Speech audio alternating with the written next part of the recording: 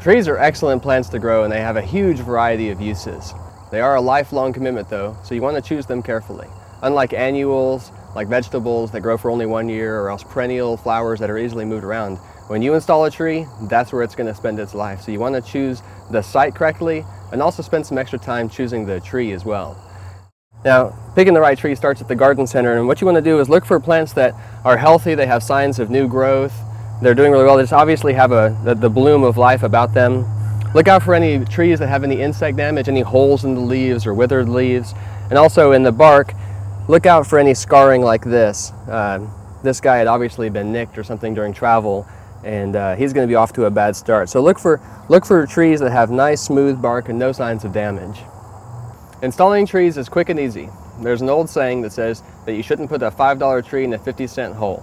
That means you want to spend a lot of time on the hole preparation and make sure that it's a good hole, and I'll show you how to make that hole.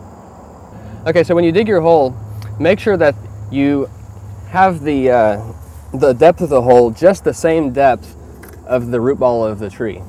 This way, if you dig it too deep, then when you backfill in the dirt, it's going to literally sink into the ground. That'll be a big problem for you as the tree starts to grow. It'll start to lean. Okay, so as you can see, I've got my hole dug and I've got the tree out of its container and in the hole. You can see that I've dug the hole about twice as wide as the container itself. And this will give me plenty of area for me to throw in the nice compost, which is going to give the tree the extra nutrients that's going to need during the first year. Now we're going to eventually want the tree to send his roots down deep into the earth where he can get the minerals and the water that he needs. But for his first year, while his roots are still up here, we want to give him some extra boost to give him a good start on life. So once your tree is installed, you've got it composted and finished, it's a good idea to go ahead and mulch it, and that way it'll keep the weeds out and the moisture in.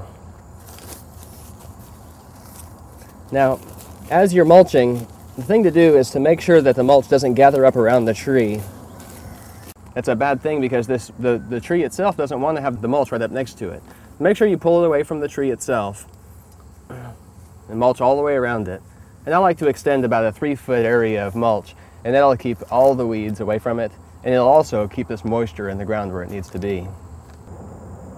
So once your tree is installed, you might consider putting in a tree guard, which will protect it against squirrels and deer who want to come and nibble on the side of the tree. A tree guard is a plastic shell that protects the bark.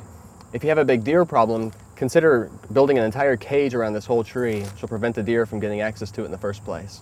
Well, that's how to install a tree. In about 20 years, this guy is going to be about 50 feet tall and will shade this whole area. It's going to be beautiful. I hope this helps you. Thank you.